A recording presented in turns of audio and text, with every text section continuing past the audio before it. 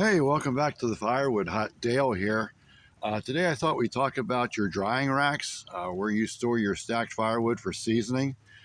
And the one thing I started doing last year differently is I started putting plastic down underneath the pallets. I do keep my pallets up off the ground using bricks.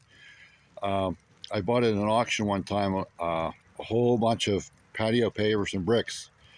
So I have a good supply of them to use to keep the pallets from rotting out over time. But as far as using plastic, I don't know that it does a whole lot of good.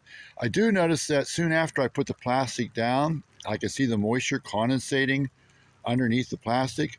And what happens to all that moisture in the ground as it evaporates? Does it filter up through your firewood, slowing the seasoning process down? I do notice in my bathroom, the bathroom vanity, the two doors underneath the sink, during the summer, those two doors will swell and they won't shut right. During the winter, they'll open up just fine. So there's got to be a certain property of firewood, well, wood in general, of absorbing moisture. So also, the plastic will do absolutely no good if, like for instance, my pallets, I get 2 rows. And leave a gap in between. If you cover your wood like this, then rain's going to get down and sit on that plastic and make puddles and ponds, and so your plastic is doing absolutely no good.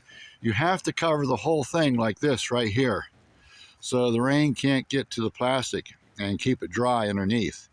So yeah, you got to cover the whole pile like this.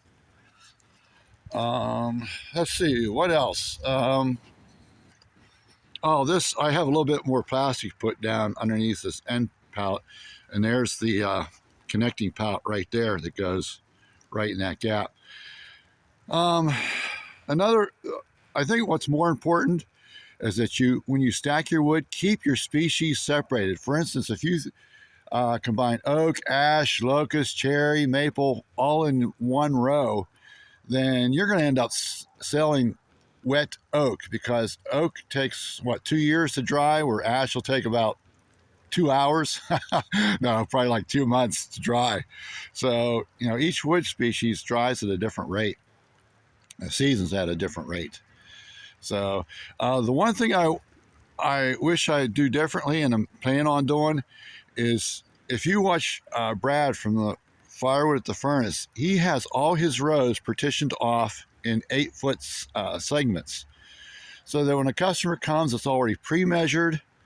Where this, it's one long row, and you know, I can measure out 8 foot, but you know, as you get to the middle of, like if you measure 8 foot up through the row, then you know, where you make that determining factor of 8 foot, you got wood continuously falling down. You know, it's not a clean break, so it makes it a whole lot difficult to you know, load someone up and keep a good exact measurement of, you know, face chords, half face chords. So I need to make that improvement, just like a Brad at Firewood the Furnace does. A nice setup he's got there.